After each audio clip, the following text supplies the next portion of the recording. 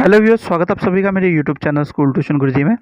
बच्चों, हम कर रहे थे आपका चैप्टर 5 अध्याय 5 the fundamental unit of life, यानी जीवन की मौलिक इकाई। और इसमें हमने जो है चैप्टर कंप्लीट कर लिया था बच्चों, और हमने आपने क्या सीखा पढ़ लिया था, यानी व्हाट यू हैव लर्नड पढ़ लिया था। अब बारी आती है बच्चों आपके एक्सरसाइज क्वेश्चंस की। तो चलिए बच्चों, एक्सरसाइज क्वेश्चंस को शुरू करते हैं आपके।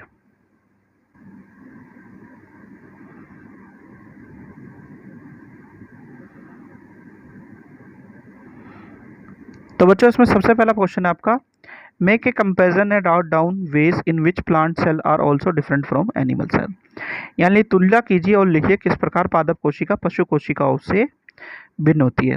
तो यहाँ पे हमने प्लांट सेल ले लिया बच्चों, पादप कोशिका, और यहाँ पे ले लिया एनिमल सेल या जंतु कोशिका। तो जो पादप कोशिका या प्लांट सेल होता है उसमें सेल वॉल होती है बच्चों, एनिमल सेल में या जंतु कोशिका में नहीं होती। यहाँ पे क्लोरोप्लास्ट होता है बच्चों पादप कोशिका में, प्लांट सेल में, एनिमल सेल में नहीं होता है। प्लांट सेल में सेंट्रियोल नहीं होता है, यहाँ पे प्रेजेंट होता है सेंट्रियोल बच्चों। अब वैक्यूल्स की अगर बात करें तो बच्चों, ये जो प्लांट सेल है यानी पादप कोशिका है उसमें बहुत बड़ा और सेंटर में मौजूद होता है, ठीक है।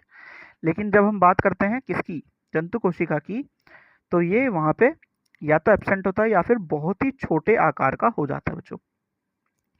अब न्यूक्लियस की अगर बात करें बच्चों, तो प्लांट सेल में न्यूक्लियस एक साइड में पड़ा होता है, यानी कि किसी एक कोने में होता है। लेकिन जब हम जंतु कोशिका एनिमल सेल की बात करते हैं तो न्यूक्लियस क्या होता है, एकदम केंद्र में या सेंटर में प्रेजेंट होता है बच्चों। चलिए अगला क्वेश्चन देखते हैं बच्चों। अगला क्वेश्चन है बच्चों, how is prokaryotic cell different from eukaryotic cell. यानी प्रोकैरियोटिक कोशिका यूकैरियोटिक कोशिका से किस प्रकार भिन्न है। तो इसके बच्चों दो तरीके से मैंने आंसर दिए हैं। पहले वाला भाग ये है, क्या है, prokaryotic cell is generally small in size 1 to 10 pm. Nuclear region is poorly defined. The cell organelles are not membrane bound and has a single chromosome. यानी प्रोकैरियोटिक कोशिका आमतौर पर आकार में छोटी होती है, केंद्रक क्षेत्र जो है पूरी तरीके से परिभाषित नहीं है, कोशिका अंग झिल्ली से बंधे नहीं होते और उनमें एक गणसूत्र होता है। फिर है eukaryotic cell is generally larger in size 5 to 10 pm. Nuclear region is well defined with nuclear membrane. Membrane bound cell organelles are present and has more than 1 chromosome.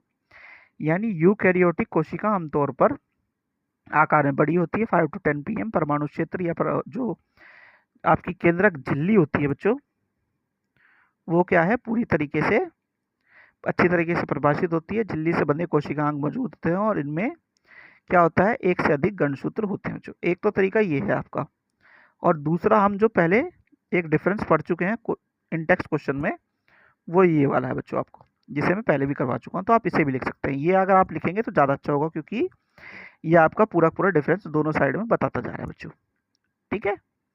चलिए अगला क्वेश्चन देखते हैं बच्चों। अगला क्वेश्चन है आपका बच्चों question number 3। What would happen if the plasma membrane ruptures और ब्रेक डाउन। यानी प्लाज्मा झिल्ली फट जाए या टूट जाए तो क्या होगा। तो सिंपल सा आंसर है बच्चों इसका, इफ प्लाज्मा मेम्ब्रेन रप्चर्स और break down then molecules of some substances will free to move in and out. यानी यदि प्लाज्मा झिल्ली फट जाए या टूट जाए तो कुछ पदार्थ के जो उसके अंदर अणु हैं वो स्वतंत्र रूप से अंदर और बाहर आ जा सकेंगे बच्चों। चलिए अगला क्वेश्चन देखते हैं बच्चों। अगला क्वेश्चन है क्वेश्चन नंबर 4। क्वेश्चन नंबर 4 क्या कहता है बच्चों, What would happen to the life of a cell if there was no Golgi apparatus। यानी गोल्जी उपकरण ना हो तो कोशिका के जीवन में क्या होगा। तो बच्चों basically Golgi apparatus has the function of storage, modification and packaging of the products in vesicles. If there were no Golgi bodies, packaging and dispatching of material synthesis by the cell will be stopped. यानी वो stop हो जाएगा। यानी क्या कह रहा है बच्चों, गोल्जी उपकरण पुट्टिकाओं में उत्पादन के भंडारण, संशोधन और पैकेजिंग का कार्य करता है। यदि गोल्जी निकाय नहीं होता है तो कोशिका द्वारा संश्लेषित सामग्रियों की पैकेजिंग, प्रेक्षण का स्टॉक जो है स्टॉप हो जाएगा और वो ये सारे काम उसके बंद हो जाएंगे बच्चों। अगला प्रश्न देखते हैं बच्चों, question number 5। Which organelle is known as power house of the cell why. यानी किस कोशिकांग को कोशिका का पावर हाउस कहा जाता है। तो आंसर क्या है बच्चों इसका, mitochondria is known as power house of the cell because it releases the energy required for the different activities of life. यानी माइटोकॉन्ड्रिया को कोशिका का पावर हाउस कहा जाता है क्योंकि ये जीवन की विभिन्न गतिविधियों के लिए आवश्यक ऊर्जा उसे प्रदान करती है, जारी रखती है बच्चों। तो बच्चों इसे हम 2 पार्ट में करने वाले हैं, बाकी के बच्चों आपके 6 से ऑनवर्ड क्वेश्चंस हम अगली वीडियो में करेंगे। तो बच्चों आशा करता हूँ आपको वीडियो अच्छी लगी होगी। Thank you.